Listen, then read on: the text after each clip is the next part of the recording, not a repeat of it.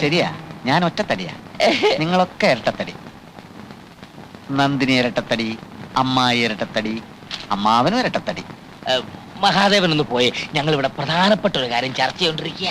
അതെ, ദേവേട്ടന് ഒപ്പിട്ട പ്രമാണമാണ് ചർച്ചാ വിഷയം. ഓഹോ. കുഴപ്പമില്ല അച്ഛാ, ഈ വിഷയം ഇപ്പൊ തന്നെ അങ്ങ് അവസാനിപ്പിച്ചേക്കാം. എന്താ നന്ദിനി നീ കാണിച്ചത്? കൈ കിട്ടിയത് മുഴുവൻ കളഞ്ഞില്ലേ? ഇനിയിപ്പോ ആശുപത്രിയും വീടും മറ്റു സ്വത്തുക്കളും എല്ലാം പിന്നെ എന്റെ തലയിലായില്ലേ?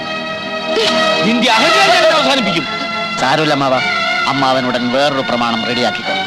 സ്വത്ത് ഞാൻ അമ്മാവന്റെ പേർക്ക് എഴുതാം. ഓ, എനിക്ക് എന്തിനാ മോനെ സ്വത്ത്? അമ്മായിടെ പേർക്ക് എഴുതിക്കോ. എന്നിട്ട് അമ്മായിയെ എനിക്ക് കെട്ടിച്ചു തരാനായിരിക്കും. അങ്ങനെ പറഞ്ഞാണല്ലോ സ്വത്ത് നന്ദിനിയുടെ പേർക്ക് എഴുതിയത്.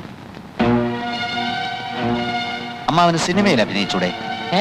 ഇത്രയും കഴിവുകളുള്ള ഒരു നടൻ ഇന്ന് ഇന്ത്യയിലില്ല. ഭരത് അവാർഡ് കിട്ടും. കള്ളൻ, കോട്ട് കള്ളൻ. മഹാദേവ, മിണ്ടിപ്പോകരുത്. നന്ദിനിയുടെ സ്നേഹത്തിന് വില പറയാൻ ഇയാൾക്കെന്താ അധികാരം? നന്ദിനി എനിക്ക് ഇഷ്ടമാണ്, പക്ഷെ അവൾക്ക് എന്നെ ഇഷ്ടമുണ്ടെങ്കിലേ ഞാൻ അവളെ കല്യാണം കഴിക്കൂ. അതിന്റെ ഇടയിൽ കയറി വന്ന് കുത്തിത്തിരിപ്പ് ഉണ്ടാക്കിയാലുണ്ടല്ലോ താ റോട്ട് കിടക്കും.